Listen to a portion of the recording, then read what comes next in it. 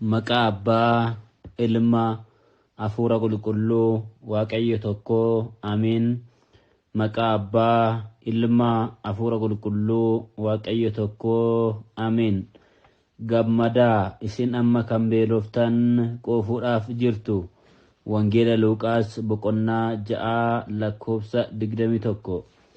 Kabajamtootaa fi jaalatamtoota maatii Waaqayyoo, Waaqayyo kan isin jaalatu, isinillee Waaqayyoon kan jaalattanii bakkee garaagaraatti argamuudhaan biyya keessa akkasumas illee biyya alaatti haala mijataa fi mijanne keessatti argamuudhaan sagalee Waaqayyoo kana dhaggeeffachaa barachaa kan jirtan hundumti keessan maqaa Waaqayyo Fayyisaa keenyaa, qoricha keenyaa Yesuus Kiristoosiitiin nagaa Waaqayyoon isin gaafadhaa. Akkam jirtu? Akkam yoo nageessanii?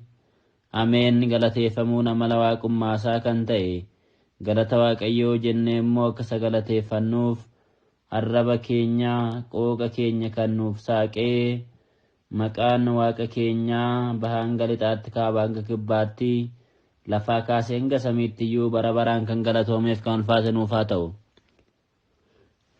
Akkasumallee maqaa isaa waamnee maqaa ishii biraa dhiisuun kan nuuf hin danda'amne maqaan haadha keenya qulqulleettii dubaroo Maariyaam mirga ilma isheetti kan kabajamteef kan ulfaatte nuuf haa taatu.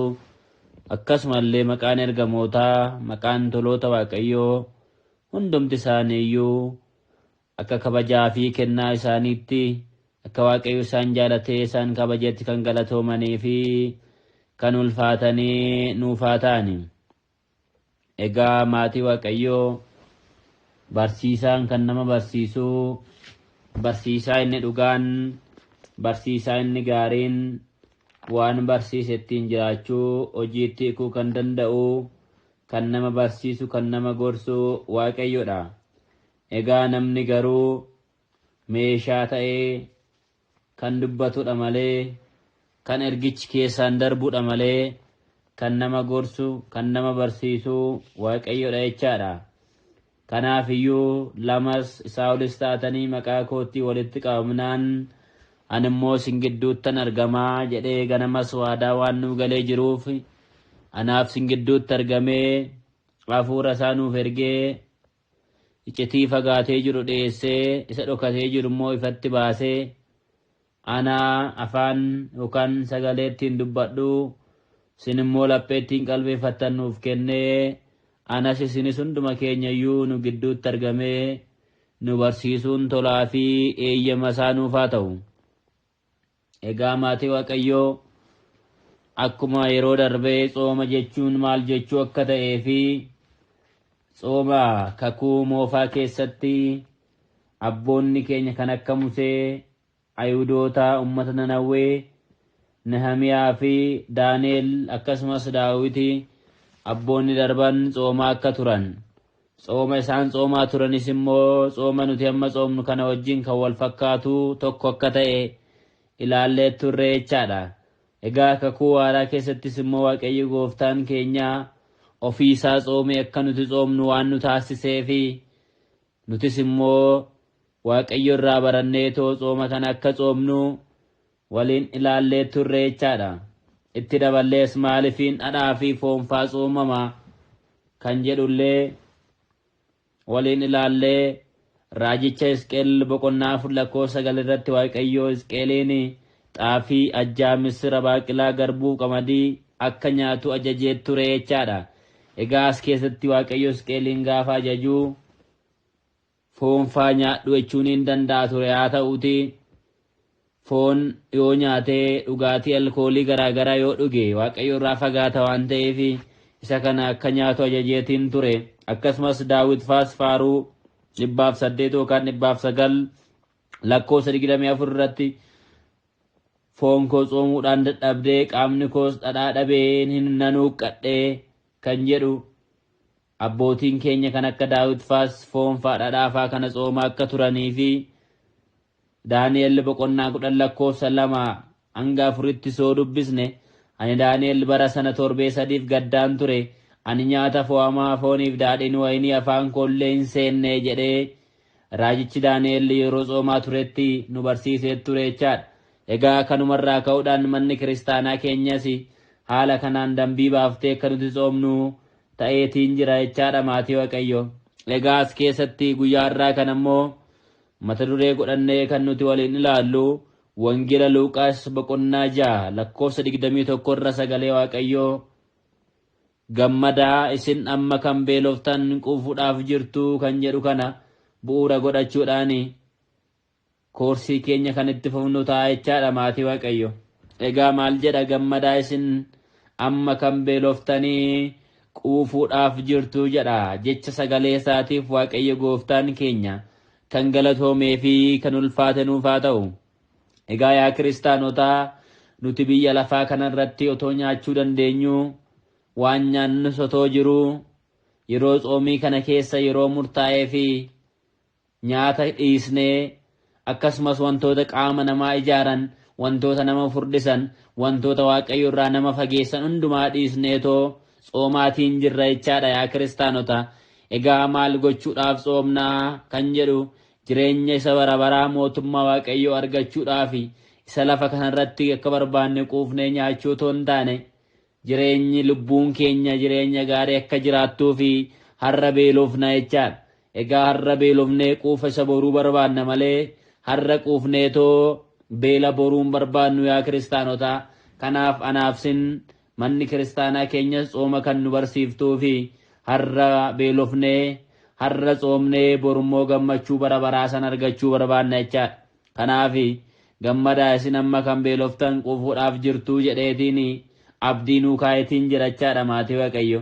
Kanaaf kanarraa ka'uudhaan faayidaa tsoomii kan nuti waliin ilaallu guyyaa irraa kana tsoomiin maalifiin nu fayyadaa jedha.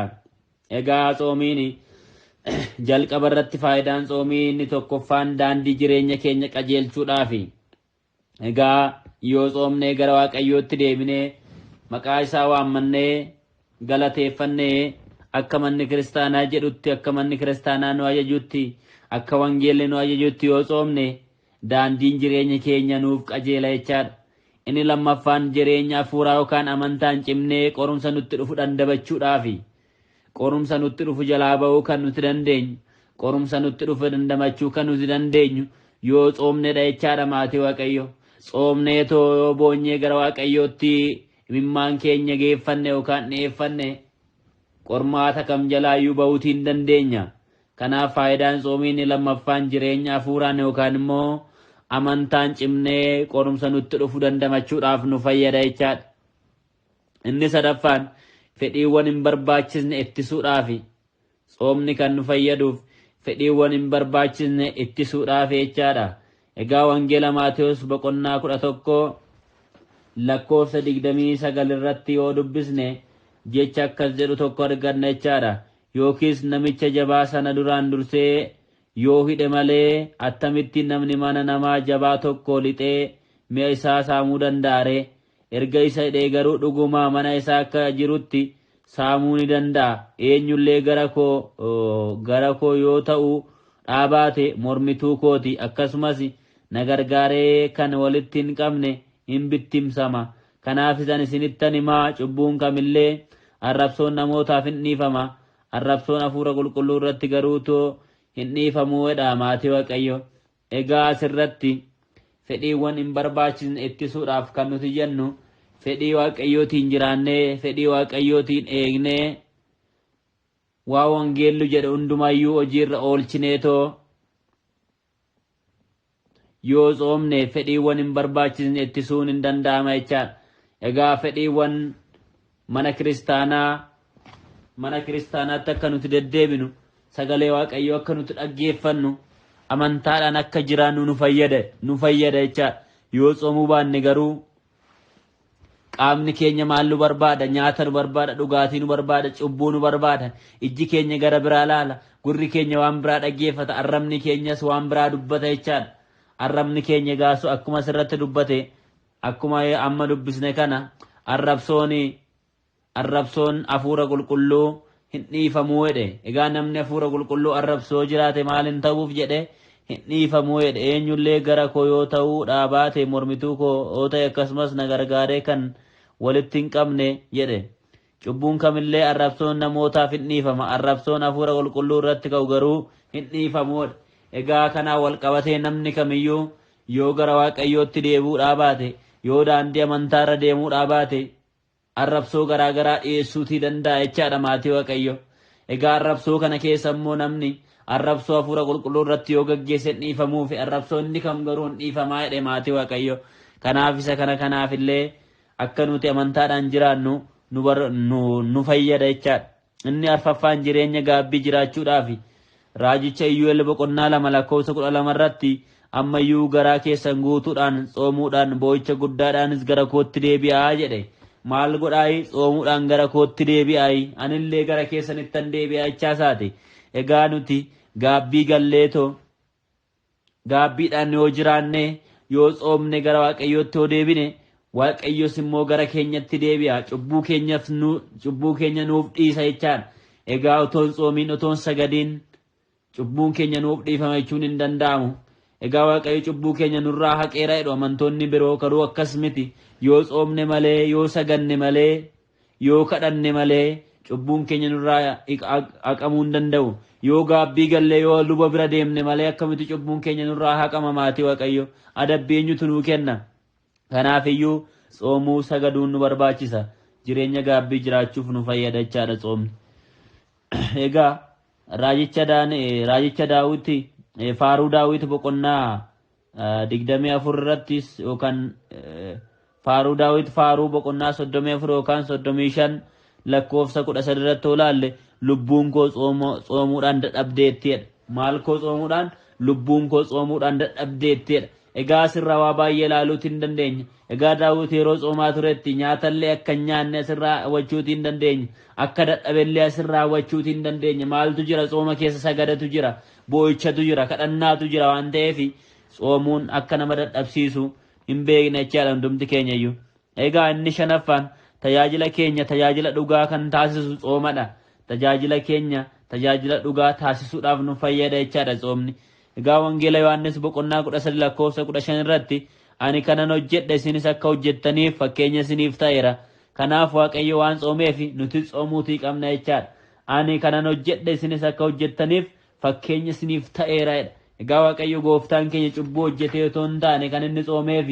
akka nuti xoomnu nu barsiisuudhaaf jechaadha maatii waaqayyo kanaaf inni waan xoomeef nuti xoomuun dirqamadha jechaadha inni ja'affaan dhiphina adda addaa irraa ooluudhaaf dhiphina garaa irraa kan nu oolchu yoo xoomnedha jechaadha saamu'eel isa lammaffaa boqonnaa 12 lakkoofsa 16 irratti daawit ilmi isaa dhukkubsannaan xoomee kadhate jechaadha kanaaf maal ta'e dhiphina isaarraa in oole akkasumas saamu'eel isa tokkoffaa boqonnaa 7 lakkoofsa 6 irratti macaafa abbootii firdii boqonnaa 20 lakkoofsa 26 irrattis israa'eloonni xoomanii rakkoo irraa dandamatanii yookaan immoo rakkoo irraa ooluu isaanii ilaalla kanaaf dhiphina adda addaa irraa kan nu oolchu maanire xoomadha jechaadha maatii waaqayyo inni torbaffaan horiisaan waaqayyo yeroo dhufu dhiifama argachuudhaaf waaqayyo gaafa nutti gaddu waaqayyo horiisaa nutti fidee gaafa nu balleessuudhaaf jedhu sababa cubbuu keenyaaf gaafa nutti hori'u yoo gaabbii gallee gara isaatti deebine yoo xoomne dhiifama nuuf godha jechaadha egaa raajicha Yoonaas boqonnaa 3 lakkoofsa 5 Ermiyaas boqonnaa 34 lakkoofsa 13 irratti ilaaluu akka dandeenyu ummanni Nanawwee horiisaa waaqayyoo jalaa ooluudhaaf guyyaa 3 halkan 3 xoomanii turan keessa darbanii beelladoonni isaaniillee xinnaa guddaan jaarsi jaartiin mootonni bara sana jiranillee hundumti isaanii guyyaa 3 halkan 3 hin xoomanii jechaadha horiisaa waaqayyoo jalaa ba'uudhaaf abaarsa waaqayyo isaanitti fiduudhaaf biyya isaanii balleessuudhaaf kan jedhe sana waan xoomaniif horiisaan waaqayyo irraa dhaabate waaqayyo dhiifama isaaniif godhe maatii waaqayyo kanaaf yoo xoomne horiisaa waaqayyo yeroo nutti dhufullee dhiifama argannaa jechaadha inni 8ffaan humna seexanaa injifachuudhaaf egaa faayidaan xoomii humna seexanaa injifachuudhaaf nu fayyada jechaadha wangeela Maarqos boqonnaa 9 lakkoofsa 29 akkasumas wangeela Maatiyos boqonnaa 17 lakkoofsa 21 irratti akkuma ilaallu afurri hamaan akkanaa karaa xoomaatiin malee bahuutii hin danda'u jedhe. Afurri maaliin? Afurri hamaan akkanaa kun karaa xoomaatiin malee bahuutii hin danda'u. Egaa maatii Waaqayyoo afurri seexanaa gaafa nutti dhufu, afurri seexanaa obbolootas haa ta'u hiriyoota keenya irratti gaafa nutti dhufu, yoo xoomne yoo Waaqayyoon kadhanne laphee qulqulluudhaan gara isaatti yoo boonye seexana sana baasuu yookaan immoo seexana sana injifachuu hin dandeenya jecha. Maaliif? Seexanni ijoollee Waaqayyoo irratti aangoo qabu, ijoollee Kiristoos irratti aangoo qabu. Garuu laphee keenya laala. Lapheen keenya shakkiidhaan guutama yoo ta'e, lapheen keenya hin amanne yoo ta'e, lapheen keenya amantaa dhugaa hin qabnu yoo ta'e seexana sana injifachuu hin dandeenyu. Laphee qulqulluudhaan garuu gara Waaqayyootti deebinee seexana kana hin mo'anna jennee laphee qulqulluudhaan kadhannee xoomnee yoo saganne hafuura hamaa akkanaa kana injifachuutii hin dandeenyu. Kanaafiyyuu maal humna seexanaa injifachuu hin dandeenya jechaadha. Karaa maali? Karaa xoomaa. Egaa inni salgaffaan foon keenya lubbuu keenyaaf bichisiisuudhaaf kan nu fayyadu jechaadha. Foon keenya maal keenyaaf? Lubbuu keenyaaf bichisiisuudhaaf nu fayyada faayidaan xoomii. Iyyu'eel boqonnaa 1:14 irratti xooma qulqulleessaa sagantichas labsaa yookaan immoo lallabaa jedhameera. Egaa xooma yoo qulqulleessine sagantichas yoo labsine foon keenya maal nuun jedha? Nyaadhaa nuun jedha, dhugaa nuun jedha, akka barbaaddan ta'aa nuun jedha. Yoo garmalee nyaanne ajaja foonii eegne jechaadha. Yoo nyaannee dhugne xoomii keessa foon murannee akka barbaanne yoo utaalle fooniif ajajamneerra jechaadha. Xooma keessa garuu yoo xoomne lubbuudhaaf ajajamneerra jechaadha. Kanaafiyyuu yeroo xoomnu xooma kana keessa foon keenya lubbuu keenyaaf bichisiifneerra. Lubbuu keenya ol kaasnee foon keenya immoo gadi qabneerra jechaadha maatii Waaqayyo. Akkasitti gadi qabuu qabna malee foon keenya lubbuu keenyaaf bichisiisuu qabna jechaadha. Kanaafiyyuu kanaaf nu fayyada.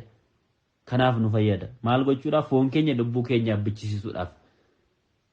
Kan foonii asumatti hafa biyyuma lafaa kanarratti malee gatii nuuf hin qabu. Kan lubbuu garuu ol samii gubbaa irratti mootummaa isaa nu galcha jechaadha. Kanaaf irra caalaa fedhii foonii otoo hin taane fedhii lubbuu eeguutii qabna. Roomee boqonnaa 16:18 irrattis warri Waaqayyotti hin deebine garaa isaanii sooran Waaqni isaanii garaa isaaniiti. Warri Waaqayyotti hin deebine garaa isaanii sooran Waaqni isaanii garaa isaaniiti. Egaa nuti eenyu waaqessina? Waaqayyoon waaqessina malee garaa keenya waaqessinu. Ormi garuu maal waaqessaa jira? Garaa isaa waaqessaa jira. Maaliifiini yeroo hundumaa hin nyaatu, yeroo hundumaa hin dhugu, jimaataaf roobii adda baasanii hin beekani, xoomaa fi guyyaa isa kaan hin beekani, waama xoomii hiika isaayyuu hin beekani. Isaan kun maal waaqessu? Waaqa otoo hin taane garaa isaanii waaqessu, garaa isaanii sooru. Nyaata nuti biyya lafaa kanarratti nyaannu immoo ol samii irratti nuun fayyadu, asuma lafa kanarratti hafaachaa. Egaa keessattuu yeroo hundaa kaasenaan hin jedhiinaa malee warra manaafiqii kana olaalle maanni ati makiinaa bittaa, ati fooqii ijaartaa, ati akkas taataa, makiinaa 8 bittaa 10 bittaa. Waa'ee biyya lafaa qofa raanyiin isaanii. Maaliif? Kan biyya lafaa waan ta'aniif isaanii ijoollee biyya lafaa waan ta'aniif yeroo hunda waa'ee biyya lafaa yaadu, yeroo hunda waa'ee biyya lafaa barbaadu, garaa isaanii waaqessu. Nuti garuu biyya samii sana barbaadna malee biyya lafaa miti. Gammachuu yookaan soorummaa biyya lafaa gatii nuuf hin qabu jechaadha. Kanaaf isaan kun warri waa'ee biyya lafaa yaadan kan biyya lafaati. Kan biyya lafaati jechaadha. Egaa inni kurnaffaan mootummaa Waaqayyoo isa bara bara argachuudhaaf nu fayyada xoomni. Maal argachuudhaaf? Mootummaa Waaqayyoo isa bara bara argachuudhaaf maaltu nu fayyada? Xoomni nu fayyada jechaadha. Innis akkuma wangeela Luuqaas boqonnaa 6:21 irratti warri amma beeloftan gammadaa quufuuf jirtu jedhamee barreeffamee jira. Lafa kanarratti nyaata foonii keenya hir'isnee boru quufa mootummaa Waaqayyoo barbaanna jechaadha. Har'a nyaata keenya yoo hir'isne, har'a fedhii lubbuu keenyaa yoo eegne, har'a yoo sagannee mana Waaqayyootti deddeebine, yoo xoomne, yoo gara Waaqayyootti deebine, yaada keenya hundumaa mana kiristaanaa wajjin yoo taasifne, seera Waaqayyoo yoo eegne, boru mootummaa isaa arganna jechaadha. Har'a yoo xoomne, har'a yoo beelofne, borummoo ni quufna jechaadha. Kanaaf har'a beelofne quufa isa boruu barbaanna malee har'a quufnee boru mootummaa Waaqayyoo dhabuun barbaannu. Har'a garaa keenya waaqessinee mootummaa Waaqayyoo dhabuun barbaannu nuti. Har'as waaqa keenya waaqessinee boru mootummaa isa samii sana, mootummaa Waaqayyoo mirga Waaqayyoo sana argachuu barbaanna. Akka barbaadan nyaatanii, akka barbaadan dhuganii, xooma otoo hin beekin otoo sagadan beekin otoo gaabbiin galiin mootummaa waaqayyootti galla jedhanii addaraashii keessa utaaluun gowwummaa isa guddaadha. Gowwummaa isa guddaadha jechaadha maatii waaqayyoo. Kanaaf nuti haala kanaan tsoomna. Faayidaan tsoomii egaa lafarrattis foon keenyaafis nu fayyada. Irra caalaa immoo kan nu fayyadu lubbuu keenyaaf nu fayyada jechaadha. Foon keenyaaf kan nu fayyadu foon keenya lubbuu keenyaaf bichisiisuudhaafi hafuura seexanaa injifachuudhaafi horiisaa waaqayyoo yeroo dhufu dhiifama argachuudhaafi dhiphina garaagaraa irraa ooluudhaaf hundumti inni kun egaa maali foon keenyaaf illee tsoomni nu fayyada jechaadha. Har'allee yoo tsoomne waaqayyo eebba nuu kenna barakata isaa nurra bulcha waan nuti barbaanne nuu godha jechaadha. Garuu irra caalaa kan nu fayyadu waa'ee lubbuu keenyaaf jechaadha maatii waaqayyoo kan nuti tsoomnu. Egaa faayidaan tsoomii gabaabsinee isuma kana fakkaata jechaadha. Gosoota tsoomii immoo isa guyyaa ittaanu kaasnee kan nuti waliin barannu ta'a. Nu gidduutti argamee kan nu barsiise kan nu gorse maqaan waaqa keenyaa baraan gabaraatti kan galatoomeef kan ulfaate nuuf haa ta'u hanga bara baraatti. Ameen.